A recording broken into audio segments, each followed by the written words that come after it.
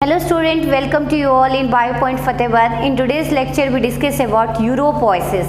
What do you mean by uropoiesis? It is constituted of term uro plus poiesis. Uro means urine, poiesis मतलब formation. कि kidney के अंदर urine की formation कैसे होती है. In previous lecture we already discuss about types of nephron and ultra structure of nephron, how urine formed in nephron. तो now come over the steps involved in urine formation और physiology of urine formation. Uro stand for urine, poiesis stand for formation. थोड़ी सी complicated process है और आपके लिए बिल्कुल new topic है, तो थोड़ा सा फोकस कीजिएगा इस टॉपिक पे. Uropoiesis means formation of urine. That is to discuss physiology of urine formation. It involve major 3 step. तो write down in physiology of urine formation it involve major 3 steps. It involve major 3 steps. 3 steps में urine की formation होती है.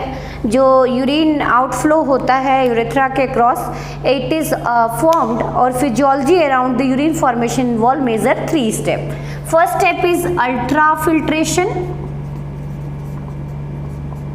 Ultrafiltration which is also said to be glomerular filtration, क्योंकि filtration blood की किसके cross हो रही है बेटा? Glomerulus, which is the high pressure capillary bed zone which is associated with filtration of blood across podocyte of Bowman capsule. That's why it is also said to be glomerular filtration. तो आज का जो हमारा segment रहेगा वो किसके ऊपर focus रहेगा बेटा? ग्लोमेरुलर फिल्ट्रेशन पे पूरा का पूरा segment. Second step is selective reabsorption और selective tubular reabsorption.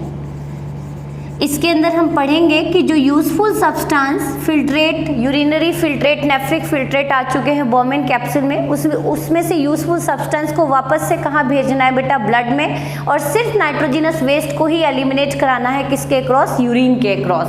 That process is said to be selective reabsorption to make urine concentrate and just to allow the elimination of nitrogenous waste and to retain useful substance like glucose, amino acid, water soluble vitamins and most of important electrolytes send it back to central circulation. Third is tubular secretion. तो ये 3 steps में complete urine की formation होती है and all 3 steps operated in nephron, that is the functional and structural unit of kidney. तो now come over ultra filtration और glomerular filtration क्या होती है उसके बारे में हम डिस्कस करेंगे. Now come over ultrafiltration. What do you mean by ultrafiltration? How blood is filtered across glomerulus. ऐसे क्या रीजन है जो फिल्ट्रेशन कराती हैं ब्लड की किसके क्रॉस बेटा? ग्लोमेरुलस. तो before going over the explanation of ultrafiltration, just simplify, draw the Bowman capsule and glomerulus. This is the Bowman capsule which is a double layered structure. Ultimate, the cavity of Bowman capsule lead to tubular part, that is PCT. Here the blood is supplied with afferent artery with great diameter as compared to efferent artery. This afferent artery further branches to form a dense capillary network or tuft of capillary network which is said to be glomerulus. Here the number of capillaries are present in this zone. Interconnected capillaries are present. That's why it is said to be an anastomosing capillary network. बहुत सारी capillary network हैं and that part is said to be glomerulus. We already discussed in ultra structure of nephron. So this is the afferent arteriole.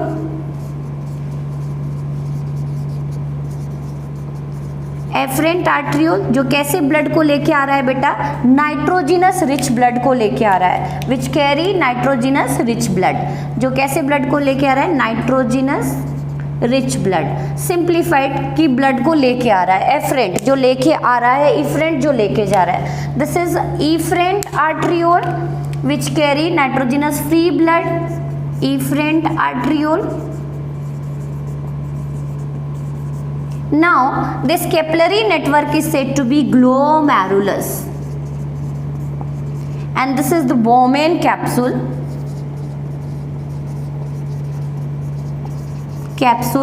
And both constitute together to form Malpighian body. Malpighian body or renal corpuscles. This is the simplified ultrastructure of renal corpuscles. We already discussed in ultrastructure of nephron. Now come over how filtration take place in this region, and this is said to be filtration membrane. यहाँ पे आपको मैंने बताया था कि इन दोनों के बीच में म्यूकोग्लाइकोप्रोटीनेशियस लेयर होती है, that is said to be basement membrane, और इन तीनों मेम्ब्रेन को मिला के हमने नेमिंग दी थी बेटा. This is filtration membrane. Filtration membrane और रीनल मेम्ब्रेन और ग्लोमेरुलर मेम्ब्रेन. रीनल और glomerular membrane. Here I write down, this is the important question of NET, which is site of ultrafiltration. Site of ultrafiltration. And it is constituted of three membrane. Again I recap here.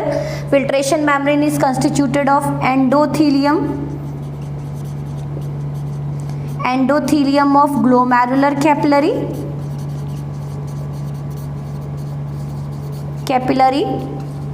Second is the basement membrane of glomeruli or glomerulus, and the third is the visceral layer of Bowman capsule, which is composed of specialized cell, that is podocytes, foot cells containing number of foot-like appendages. These three membrane across which filtration take place, that's why this is said to be filtration membrane, renal membrane और glomerular membrane. अब यहाँ पे मैं आपको क्या समझाना चाह रही थी कि जो एंडोथेलियम ऑफ ग्लोमेरुलर कैपिलरी है, it consist of minute pore and that is structure is said to be fenestrine. ये क्वेश्चन पूछा जाता है कि how filtration take place in glomerulus as compare to normal capillary के कंपैरिजन में यहाँ पे फिल्ट्रेशन रेट हाई क्यों होती है, क्यों इतनी तेजी से ब्लड फिल्टर होता है? Because the endothelium of glomerular capillaries consist of minute pores and that structure is said to be fenestrae which make और increase their permeability 100 to 500 times than the normal capillary. तो write down here, fenestrae increases the permeability of glomerular capillary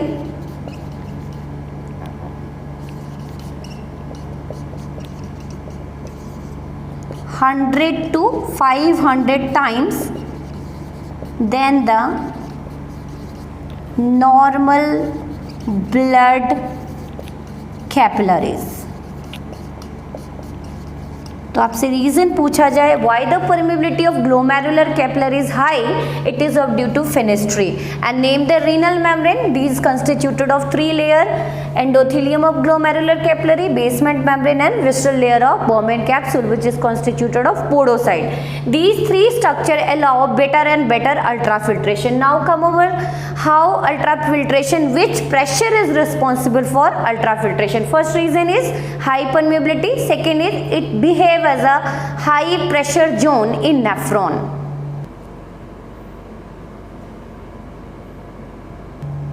Now come over the glomerular hydrostatic pressure. क्या होता है जो filtration को favour करता है? पहला रीजन तो क्लियर हो गया कि फेनेस्ट्री जो ग्लोमेरुलर कैपिलरी के प्रेशर परमेबिलिटी को 100 to 500 टाइम्स क्या कर रही है, इनहैंस कर रही है. सेकेंड रीजन यदि आप देखें तो diameter of afferent arteriole is comparatively very very higher than the efferent arteriole. तो जब ब्लड एफरेंट आर्ट्रियोल से number of branches capillary network में जाता है, here the diameter is low, that's why the pressure, hydrostatic pressure और blood pressure in glomerular capillary is very high. तो now write down the diameter of afferent arteriole is greater than the diameter of efferent arteriole. this factor increase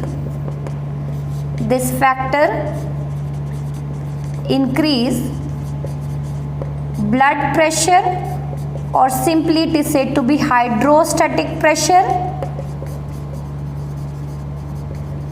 in glomerular capillaries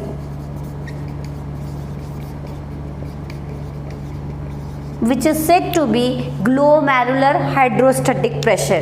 This factor increase glomerular hydrostatic pressure up to 60 to 75 mm of mercury column. Now this is the important factor, hence the filtration of blood takes place in glomerulus due to high pressure. That's why this phenomena is said to be ultrafiltration. So write down here, this GHP is the major factor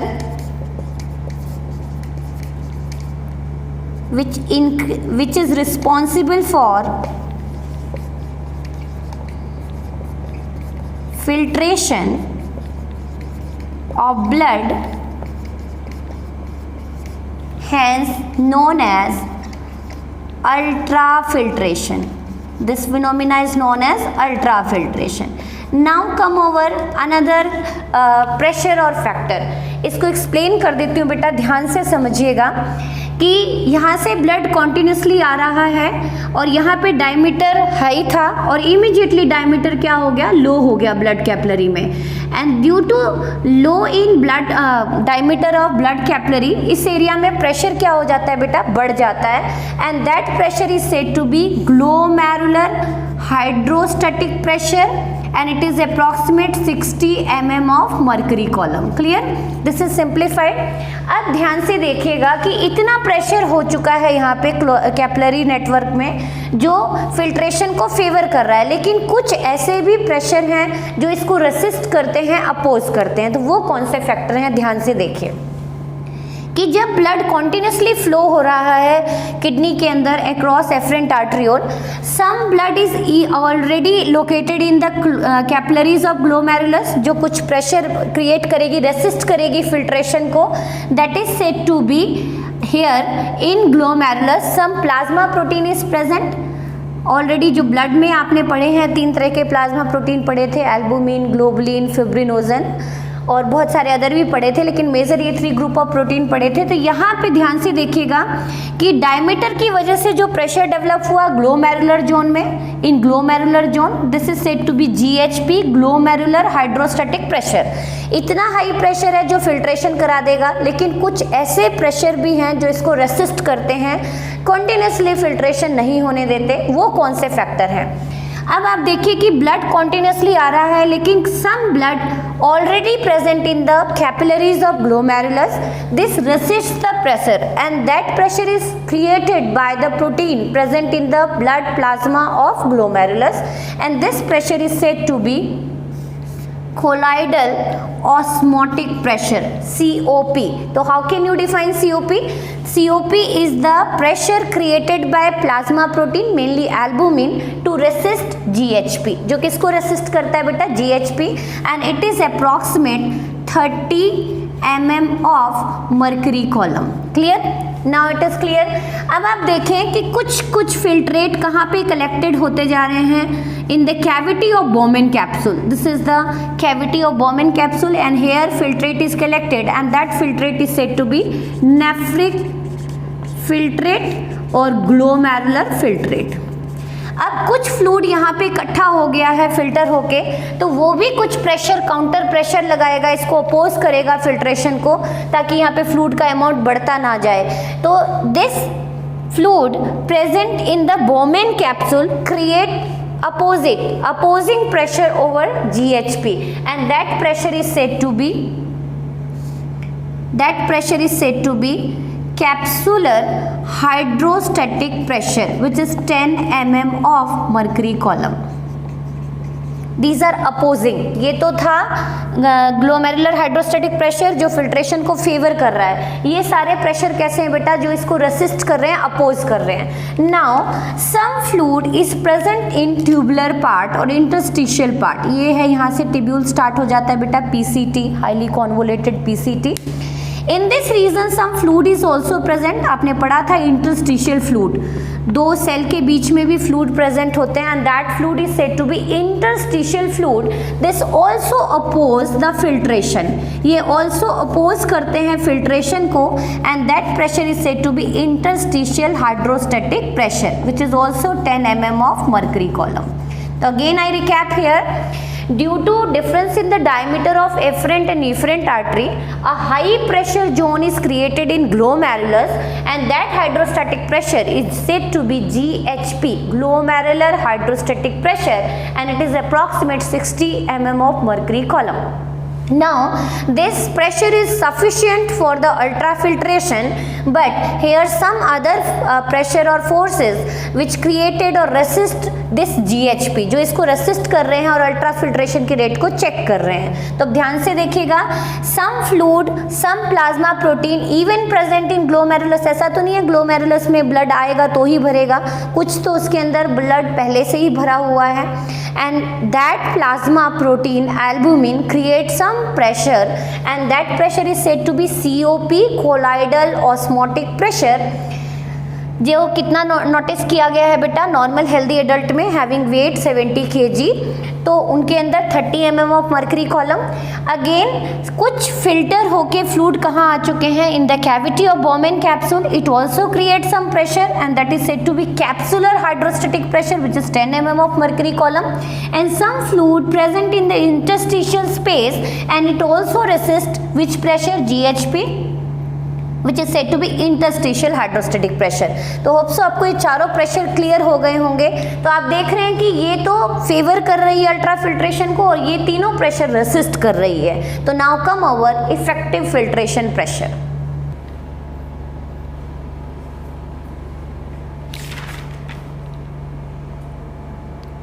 हटा दो।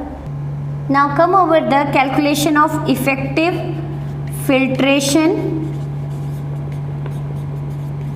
pressure, or simply said to be glomerular filtration pressure, which is the most important question for NEET point of view. तो please focus over this formula और calculation की क्या value होती है इसके। This is the favoring factor which is responsible for ultrafiltration, and these are the opposing pressure, opposing factor हैं जो ultrafiltration को oppose करते हैं। तो now how can you calculate effective filtration pressure? It is GHP, glomerular hydrostatic pressure, minus COP, colloidal osmotic pressure, plus capsular hydrostatic pressure which is developed in Bowman capsule, plus interstitial hydrostatic pressure which is developed in interstitial area around tubule or Bowman capsule. GHP is here 60 mm of mercury column, colloidal osmotic pressure is 30, capsular hydrostatic pressure is 10, and interstitial hydrostatic pressure is again 10 mm of mercury column. तो effective filtration pressure is equal to 60 minus कितने आ गए बेटा, 50। तो total कितना आ गया, effective filtration pressure is equal to 60 minus 50 is equal to 10 mm of mercury column, mm of mercury column.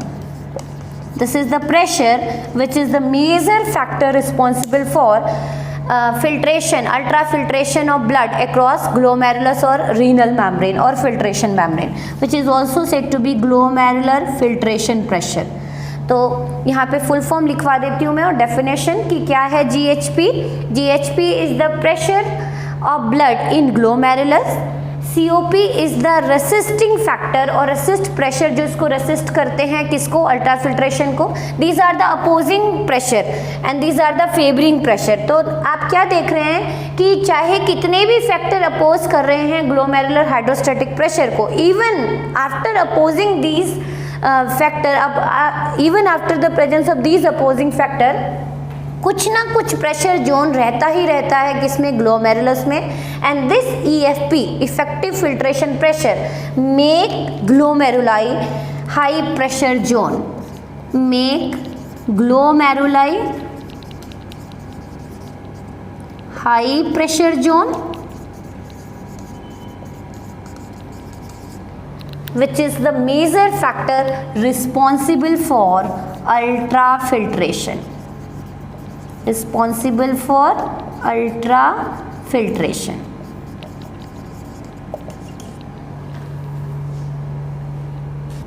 Here GHP is glomerular hydrostatic pressure. How can you define glomerular hydrostatic pressure? Is the pressure of blood in glomeruli, is the pressure, blood pressure or pressure of blood in the capillaries of glomeruli. This is GHP, which is 60 mm of mercury column, and this is resisted by, GHP is resisted by three pressure. Which one? First one is colloid osmotic pressure, colloid osmotic pressure, which is represented with COP, is defined as the pressure created by plasma protein. Which plasma protein? Again the question of net, albumin. कौन सा plasma protein pressure create करता है? Here you must write down albumin, which help in maintenance of osmoregulation, created by plasma protein present in the blood of glomeruli. Now the second factor which resists this GHP is capsular hydrostatic pressure. How can you define it? Capsular hydrostatic pressure, which is represented with again CHP. It is defined as the pressure created by renal filtrate, or which is also said to be nephric filtrate और said to be glomerular filtrate. कोई भी word आ जाए, nephric और glomerular filtrate. Filtrate collected in the lumen of Bowman capsule, in Bowman capsule. This is the hydrostatic pressure. जितना ज़्यादा renal filtrate collect होगा उतना ज़्यादा ही कैप्सुलर हाइड्रोस्टैटिक प्रेशर बढ़ता जाएगा, जो अल्ट्रा फिल्ट्रेशन को चेक कर देगा. इसका मतलब जो कैप्सुलर हाइड्रोस्टैटिक प्रेशर है which is created due to accumulation of fluid in the cavity of Bowman capsule, उस फ्लूइड को वापस कहाँ भेजना है? PCT में, देन लूप ऑफ हैनले में, and then again to DCT and ultimate to collecting duct. Capsular hydrostatic pressure and the last again the resisting factor जो resist कर रहे हैं GHP को, interstitial hydrostatic pressure. Hydrostatic pressure is the pressure. How can you define interstitial hydrostatic pressure, which is represented with symbol IHP, is the pressure created by resisting pressure. Write down here resisting pressure. These are the resisting pressure जो किसको resist कर रहे हैं? Ultra filtration को. These are the resisting pressure generated by fluid present in interstitial space. These are the definition of different pressure, which are some favoring pressure and some are opposing pressure. Interstitial space. These are the definition of different pressure which is associated with effective filtration pressure. तो कितना effective filtration pressure हमने calculate किया बच्चों? 10 mm of mercury column. कितना calculate किया? 10 mm. This is the major factor which is responsible for ultrafiltration. Again I recap here कि क्यों ultrafiltration renal membrane के क्रॉस होता है. फर्स्ट रीजन बताया हाई प्रेशर जोन है. सेकेंड रीज़न बताया मैंने आपको कि परमेबिलिटी जो है ब्लड कैपिलरीज ऑफ ग्लोमेरुलाई की बहुत ज़्यादा है, हाई है as compare to normal blood capillary. It is of due to presence of fenestrae. And the third here चाहे कितने भी अपोजिंग प्रेशर हो इसके बावजूद यहाँ पे प्रेशर क्या है? पॉजिटिव है. And that is effective filtration pressure और simply said to be glomerular filtration pressure which is responsible for glomerular filtration and formation of renal filtrate.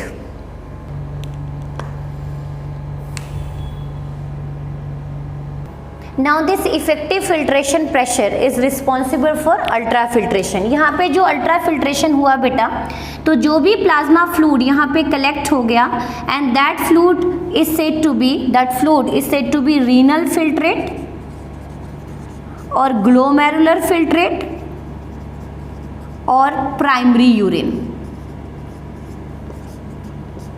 जब रीनल मेम्ब्रेन के क्रॉस अल्ट्राफिल्ट्रेशन होती है तो जो भी फ्लूइड यहाँ पे एक्युमुलेट हुआ that fluid is said to be glomerular filtrate क्योंकि it is the product of ultrafiltration. तो how can you define glomerular filtrate? Glomerular filtrate is defined as plasma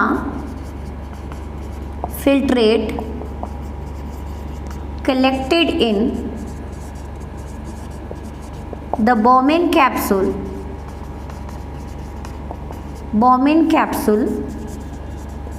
after ultrafiltration. And what are the major reason ultrafiltration across glomeruli? First is the presence of renal filtration membrane, second presence of fenestrae, and third is the presence of effective filtration pressure. जो high pressure zone है glomerulus में वो किसके लिए responsible है बेटा? Formation of glomerular filtrate और nephric filtrate. Technically it is said to be primary urine. Why it is said to be primary urine? क्यों कहा गया इसको? यूरिन क्यों नहीं कहा गया? प्राइमरी यूरिन क्यों कहा गया या यूरिनरी फिल्ट्रेट क्यों कहा गया? ध्यान से देखें. This glomerular filtrate, how can you define glomerular filtrate or nephric filtrate or primary urine? What is the composition of primary urine here? It mainly consists of plasma minus blood corpuscles and some plasma protein. जिनके size क्या हैं? Some plasma proteins which are bigger in size. Bigger in size. तो it's आप कह सकते हैं जो composition है वो क्या है ग्लोमेरुलर फिल्ट्रेट की? Plasma minus blood corpuscles plus some plasma protein. इसमें क्या होते हैं? एब्सेंट होते हैं. But the ionic concentration of glomerular filtrate exactly या somehow similar to blood plasma. तो it is isotonic to blood plasma. Here I write down the characteristic of glomerular filtrate which is collected in the Bowman capsule. It is isotonic to blood plasma.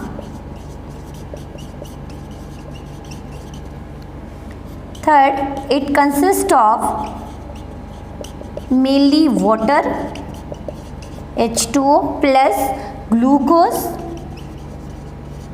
amino acids plus water soluble vitamin. Water soluble vitamins में आप पढ़ते हो vitamin C and vitamin B complex. And nitrogenous या protein metabolites, nitrogenous waste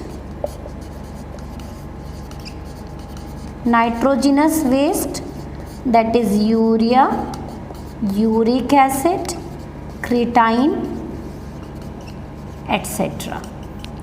So this primary urine consists of water, glucose, amino acid, water soluble vitamin, nitrogenous waste. अब आप खुद ही देख रहे हैं कि इसमें कुछ यूजफुल सब्सटेंस हैं जिसको वापस से कहाँ भेजना है, ब्लड स्ट्रीम में। एंड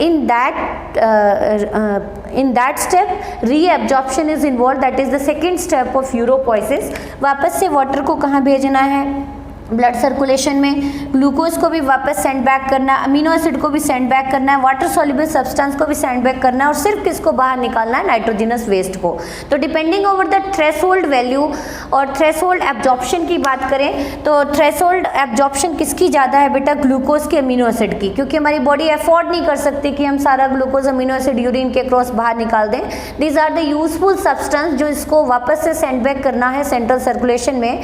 एंड वापस सेंड बैक करने में मेजर कौन सी स्टेप इन्वॉल्व होती है, रीएब्जॉर्प्शन। तो होप सो आपको यहाँ तक क्लियर हो गया होगा कि ultrafiltration is the filtration of blood take place across renal membrane और फिल्ट्रेशन मेम्ब्रेन और glomerular membrane under high pressure zone और under effective filtration pressure, that is 10 mm of mercury column, and the filtrate collected in the lumen of Bowman capsule is said to be glomerular filtrate or nephric filtrate. Here it is said to be technically said to be primary urine which is rich in water, glucose, amino acid. These are the useful substance जो वापस से हमें send back करना है कहाँ पे, central circulation में via reabsorption. Now the filtrate produced in 1 minute, उसके लिए हम टर्म क्या यूज करते हैं, GFR, ग्लोमेरुलर फिल्ट्रेशन प्रेशर।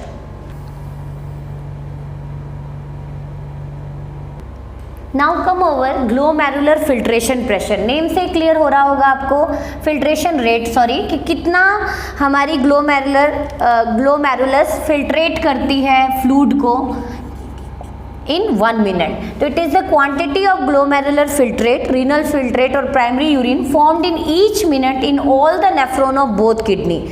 पूरे दोनों किडनी में हमारी जो ग्लोमेरुलस छान देती है, जो फिल्ट्रेट कर इकट्ठा कर देती है ग्लोमेरुलस में in 1 minute, that is said to be glomerulus filtration rate. इसको कैलकुलेशन के लिए थोड़ा सा मैं आपको टिपिकल समझाऊं तो इफेक्टिव फिल्ट्रेशन प्रेशर कितना कैलकुलेट किया बेटा आपने, 100। तो इन हेल्दी एडल्ट देखा गया है, इन हेल्दी एडल्ट जितना प्रेशर ज़्यादा होगा उतनी फिल्ट्रेट इकट्ठी होती जाएगी। तो in healthy adult 1 mm of mercury column cause filtration of, it lead to filtration of 12.5 ml of fluid of plasma fluid across glomeruli।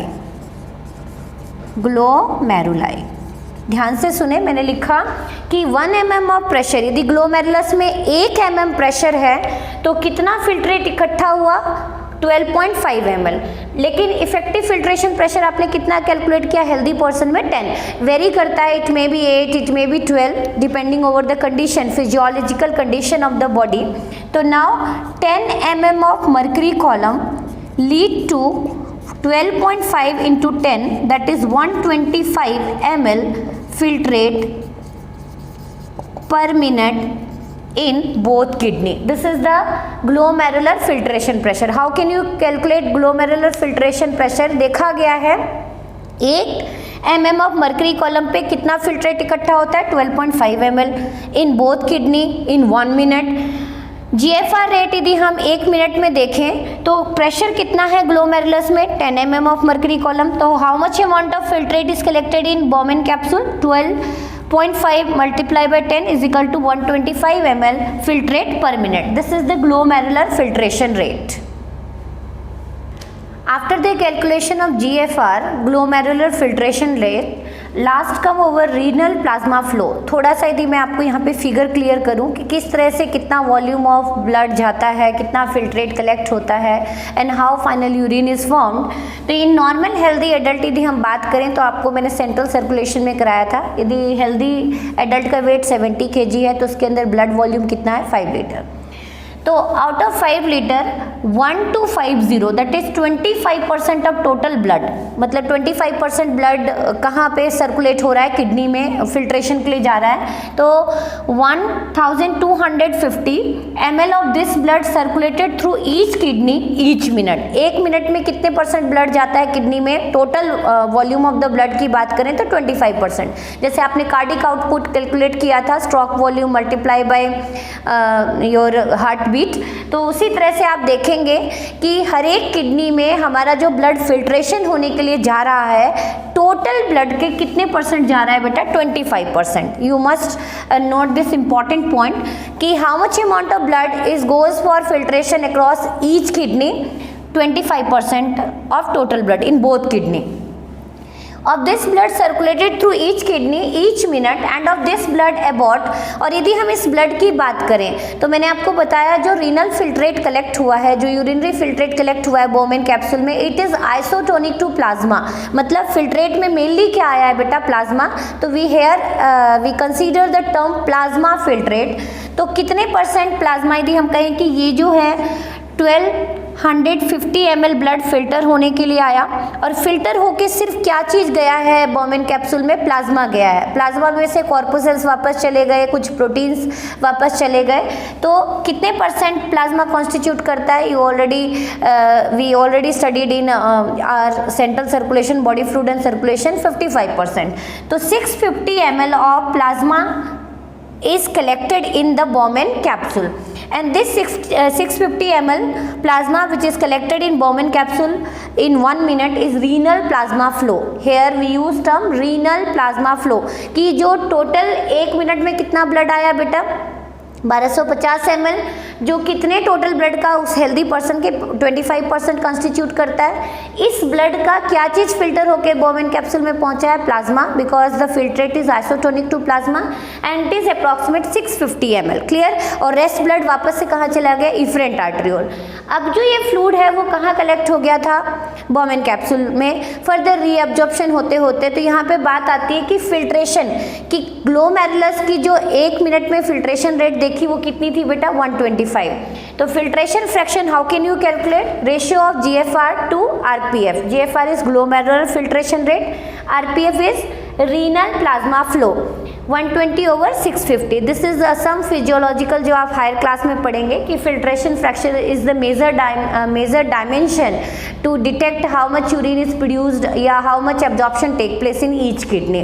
तो GFR आपने कैलकुलेट की थी, ग्लोमेरुलर फिल्ट्रेशन रेट कितना था, this is the simplified, not in your syllabus, just for your information. GFR is 125 ml per minute. यदि हम पूरे दिन की बात करें कि पूरे दिन में हमारे किडनी ने कितना फिल्ट्रेट कलेक्ट किया, कितना प्राइमरी यूरिन बनाया, तो GFR 125 multiply by 24 hour multiply by 60 minute is equal to approximate 180 litre per day. This is a very big amount कि कितना ब्लड फिल्टर होता है हमारी दोनों किडनी के cross, 180 litre. Here the volume of blood is just 5 litre, वही blood बार बार सर्कुलेट हो रहा है, फिल्टर हो रहा है। तो how much filtrate is collected by kidney, 180 litre. इसका मतलब जो भी फिल्ट्रेट आ रहा है, most of the volume is sended back to central circulation. तो सेकेंड स्टेप इन्वॉल्व होती है जिसको हम क्या बोलते हैं, selective reabsorption.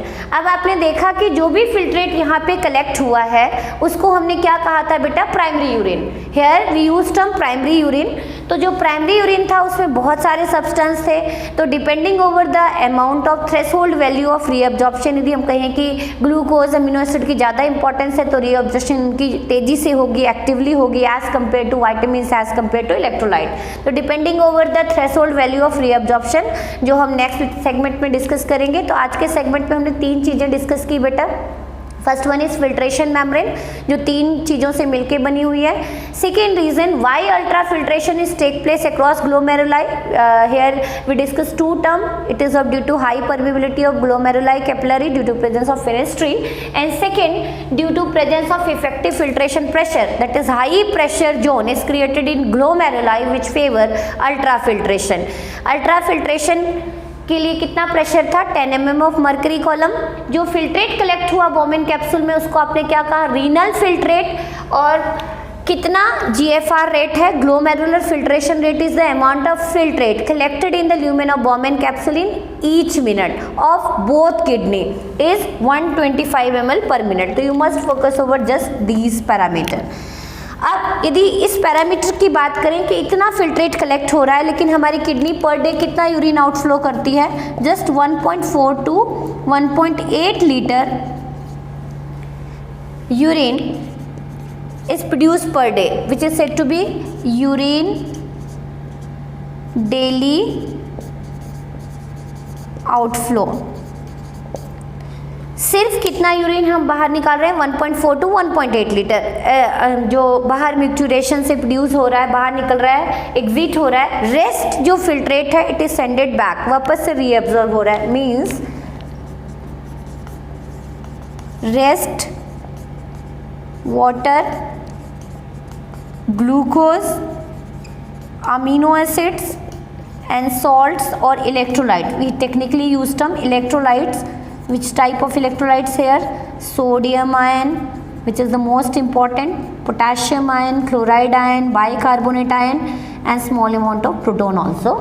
Electrolytes undergo reabsorption depending over the threshold degree of reabsorption. हर एक सब्सटेंस की डिग्री ऑफ रीअब्जॉर्प्शन वेरी करती है depending over the physiological condition of the body और नीड ऑफ द बॉडी. जैसे अभी हम ग्लूकोज की बात करें तो उसकी थ्रेशोल्ड वैल्यू ऑफ रीअब्जॉर्प्शन क्या होती है? बहुत ज़्यादा होती है. तो अंडरगो रीअब्जॉर्प्शन. तो in next segment we discuss about the other 2 steps involve in uropoiesis. So आपको फर्स्ट स्टेप क्लियर होगा, ultra filtration. Thank you so much.